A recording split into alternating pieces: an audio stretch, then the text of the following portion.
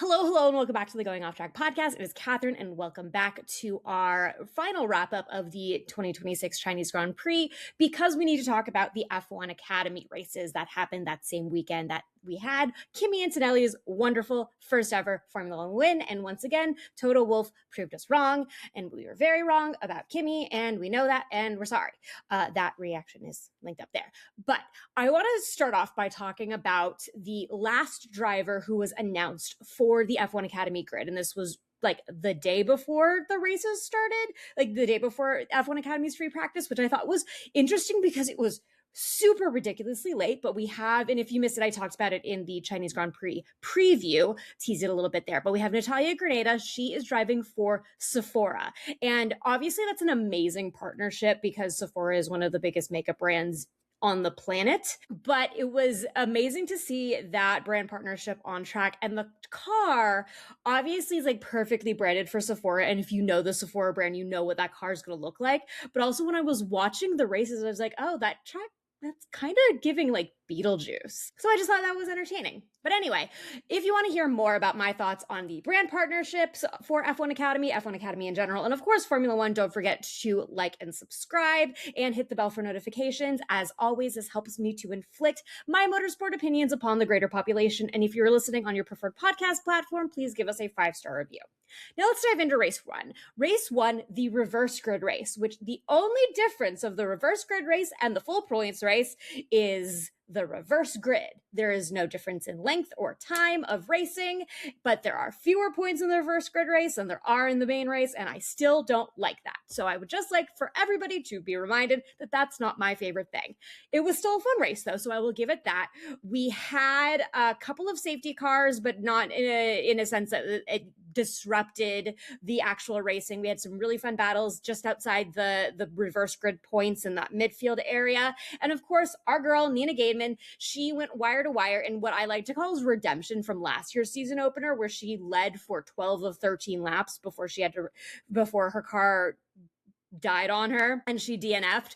So it was really excited to see just how good she is when she's coming at the front. She has to work a little bit more when she's not starting from pole, but I think that we are still expecting to see a lot of good out of her. So that was her 5th career podium, followed by Granada in the Sephora in her racing car's debut in P2, which is just wild, and I think really goes to show her potential for this series, because we have had some people who have had their open wheel racing debuts like her that have not done nearly as well.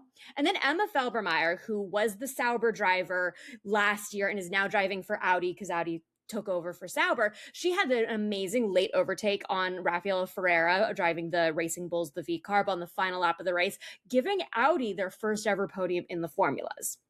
And the other driver that I do want to highlight is Alba Larsen. She's driving for Ferrari this year. She has so much potential, and she's one of the front runners for the championship.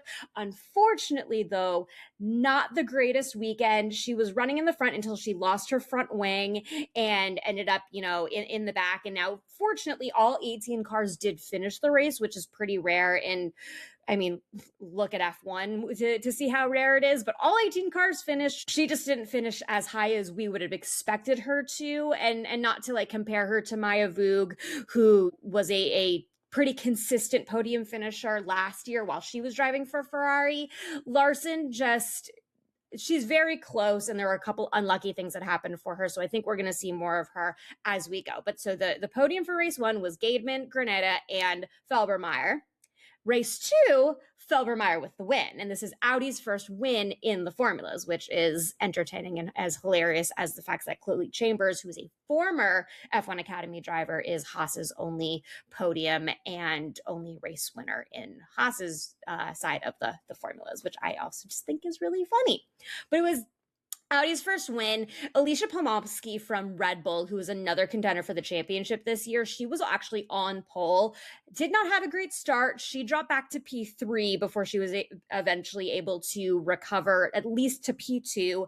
The last lap of the race, I think if we had like maybe 1 or 2 more laps, it would have been a Pomorski win, but ended up being a Felbermayr versus Pomorski fight that was really entertaining, that all the way down to the end of that final lap before Felbermayr was able to seal the win. And then Payton Westcott had P3 in her first weekend with Mercedes, her first weekend in F1 Academy, and capping that with a podium, especially when you're following in the footsteps of the 2025 world champion in Dorian Pond, who was on hand to give out the trophies after race 2, which was a pretty nice moment between the two of them when she handed her the P3 trophy. But she's got obviously some pretty big shoes to fill. So it's really great to see that we're not just seeing the top 6 drivers who were in the field last year, just taking up those top 6 positions. We've really seen all weekend long glimpses of some success from a lot of the other drivers that are new to the grid as well. So, and I think that really goes to show, especially compared to last year's rookies and the rookies the year before, that there was really like a couple big standouts, and then pretty much everyone else was like just trying to figure things out. And I think we have a lot more potential to see a lot more different podiums compared to the last couple of years, which is very exciting. Now, unfortunately for Alba Larsen, she did not have a great second race either. So that has knocked her way down the point. So she has a lot of work to do, which I think she's fully capable of in order to get herself into that championship contention right now. And I'll talk about the driver standings in a minute. But I did want to highlight the wild card from China, Shi Wei. This was actually her second weekend in F1 Academy, another rough weekend. She DNF'd the second race and finished 17th of 18th in the first race. So not a really great weekend for her, unfortunately, but she did have the chance to showcase her driving in front of her home fans, which was great. And she also had a really fun liveried car that was operated by High Tech. So when we talk about constructors standings, you'll know that that's why High Tech doesn't have a lot of points, but we'll get there in a second. Now, for the driver standings, in the lead of the driver standings, obviously right now is Alma Felbermayr. She has 31 points. Alicia Pomalski is 6 points behind in P2 with 25 points, while Nina Gademan rounds out the top 3 with 22 points. In P4, we've got Payton Westcott, Mercedes. She's got 18 points. That puts her in pretty solid running. Rafaela Ferreira, she's with ViaCarb. She's got 13, so we do have a little bit of a drop off. Tied with Ella Lloyd, who also has 13 points. Then we have Natalia Granada. Like I said, she's from Sephora. She has 8 points. She got a couple points out of the full points race along with her podium. Then in P8, we have Lisa Billard. She's driving for Gatorade, who is 7 points, 3 points ahead of Alba Larsen. She's in P9. Megan Bruce for Tag Heuer is in P10. And then Ava Dobson rounds out the finishers who scored points this weekend with 1 single point driving with Amex. So that is where we are starting off. Obviously, Felbermayr, Pomalski, Gademan, and Ferreira in the top 5. Those are all returning drivers. Westcott is the only one of that top 5. So she's in a pretty good position, especially getting those points all from the full points race. But that also really goes to show you just how significant the points differential is depending on where you podium. Obviously, Gademan had 2 solid races, but the one podium didn't net her nearly as many points in race 1 that it would have in race 2, because you only get 10 points in the reverse grid race, which they just need to fix a little bit, and then I will hate it slightly less.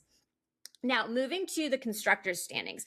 The constructors, in case you don't remember, the constructors don't matter nearly as much to F1 Academy because we have the partnerships with the F1 teams and with these major brands, but 3 drivers per team. So we have 6 teams, and it is very important for the teams, even though this is a spec series. So there's really not so much you can do to differentiate from one car to another, but each of these teams are teams that are represented in, the lower series in F3 and F2. So that's that critical partnership, because it's not just the F1 Academy drivers partnering with the F1 teams. These are the top teams in the junior programs.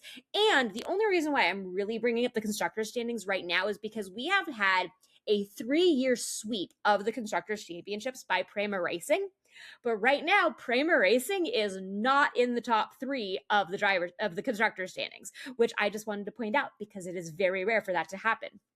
So right now, Rodin Motorsport is in P1. They have 44 points totaled from their 3 drivers. P2 is Compost Racing. They have 40 points. Then we've got MP Motorsport in P3. They have 26 points. Tied / following is Prema in P4, also with 26 points.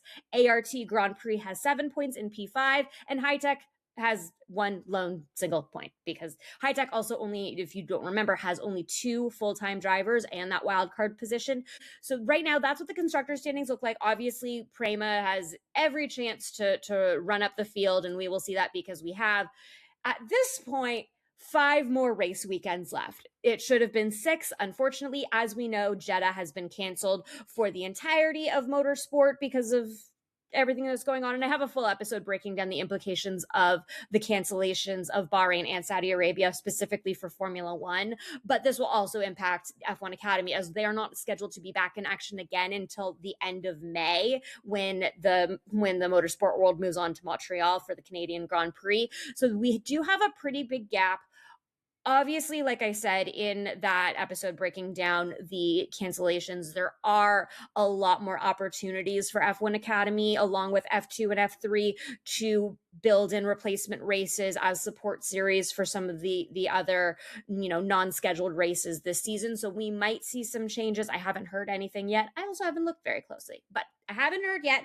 We shall see. I am hoping they find a way to bring in another race, because I think that would be nicer than trying to put 3 races into 2 Grand Prix weekends. Like I said, it's more feasible for F1 Academy to make that happen than it is for Formula One to replace a race or schedule it down later in the season, because also going to the Middle East in August is just physically kind of bananas, because we don't want the drivers to, die of dehydration. But anyway, that's what I've got for the F1 Academy. As always, you can watch all the F1 Academy races for free on the F1 Academy's YouTube channel. I think they also stream on Twitter. Not that I use Twitter anymore. And I think that they still have their access through F1 TV. And one of these days, I will make a new F1 TV account connecting my Apple TV login credentials or something. It's been a little like jumping through hoops, but go figure. The issues with the partnership are seemingly never ending, but what do I know? But anyway, that's what I have for you today. That's our F1 Academy Chinese Grand Prix reaction. I will be back next week with the Japanese Grand Prix predictions episode. I think that they will be out the Wednesday ahead of the Grand Prix weekend. But that's what all I have for you today. And thanks for going off track with me.